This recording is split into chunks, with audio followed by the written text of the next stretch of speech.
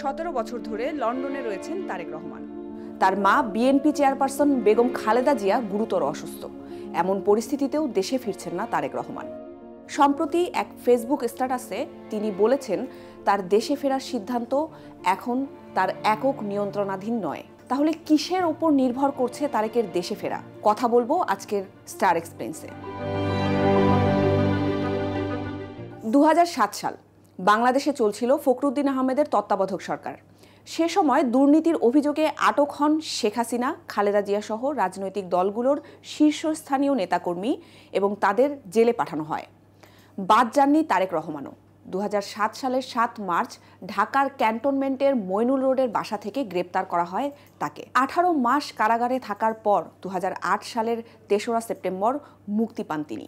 মুক্তি পাওয়ার পর একই বছরের 11 সেপ্টেম্বর লন্ডনের উদ্দেশ্যে পরিবারের সদস্যদেরকে সাথে নিয়ে ঢাকা ছাড়েন তিনি। খালেদা জিয়া চিকিৎসার জন্য লন্ডন যাওয়ায় দীর্ঘ 7 বছর পর মা ছেলের সাক্ষাৎ হয়।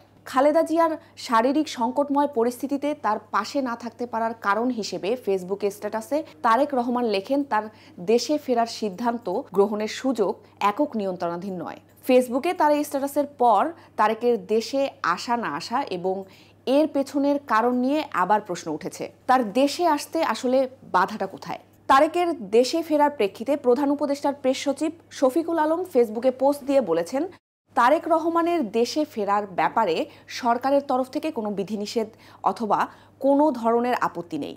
রোববার বিকেলে জাতীয় প্রেস ক্লাবে পররাষ্ট্র উপদেষ্টা মোহাম্মদ তৌহিদ হোসেন জানান, তারেক রহমান দেশে ফিরতে চাইলে 1 দিনের মধ্যে ট্রাভেল পাস দিতে পারবে লন্ডনের বাংলাদেশ হাইকমিশন। যদি আসতে হয় কি পদ্ধতিতে আসবেন, এটা নিয়ম হচ্ছে যখন পাসপোর্ট থাকে না বা মেয়াদ উত্তীর্ণ হয়ে যায়, তখন কেউ যদি আসতে চান তাহলে তাকে আমরা ওয়ান টাইম পাস একটা দিয়ে দিই আর কি, একবার দেশে আসার জন্য। তো এটা দিতে 1 দিন লাগে। বিএনপির মহাসচিব মির্জা ফখরুল ইসলাম আলমগীর তারেক রহমানের দেশে ফেরার বিষয়ে বলেন, তারেক রহমানের ফেসবুক স্ট্যাটাসেই সব ব্যাখ্যা রয়েছে, এ বিষয়ে আর কিছু বলার নেই। এসব প্রসঙ্গে অবশ্য 2018 সালেই মির্জা ফখরুল ইসলাম আলমগীরের পরিষ্কার বক্তব্য পাওয়া যায়। 2018 সালের 24শে এপ্রিল বিএনপি মহাসচিব মির্জা ফখরুল ইসলাম আলমগীর প্রথমবারের মতো স্বীকার করেন তারেক রহমান লন্ডনে রাজনৈতিক আশ্রয়ে অবস্থান করছেন। 2012 সালে তারেক রহমান ব্রিটেনের রাজনৈতিক আশ্রয়ের আবেদন করেছিলেন এবং 1 বছরের মধ্যেই সেটি গৃহীত হয়েছে।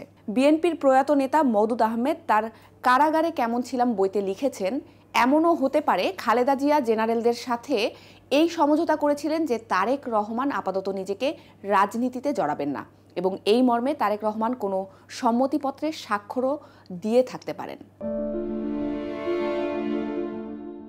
শেখ হাসিনা সরকারের পতনের পর আওয়ামী লীগ আমলে এবং তার আগে সেনা সমর্থিত তত্ত্বাবধায়ক সরকারের সময়ে দায়ের হওয়া সব মামলা থেকে আইনি প্রক্রিয়াতেই অব্যাহতি পেয়েছেন তারেক রহমান ও তার স্ত্রী জুবাইদা রহমান। মামলাজনিত কারণে তারেকের দেশে ফিরতে দৃশ্যত কোনো বাধা নেই। রাজনৈতিক বিশ্লেষক মহিউদ্দিন আহমেদ বিবিসিকে বলেন, ফেসবুকে তারেক রহমান যা বলেছেন তাতে মনে হয় দেশে আসার বিষয়টি তার নিজের ওপর নির্ভর করে না এবং আরও অনেক ফ্যাক্টর আছে যার ওপর তার নিয়ন্ত্রণ নেই।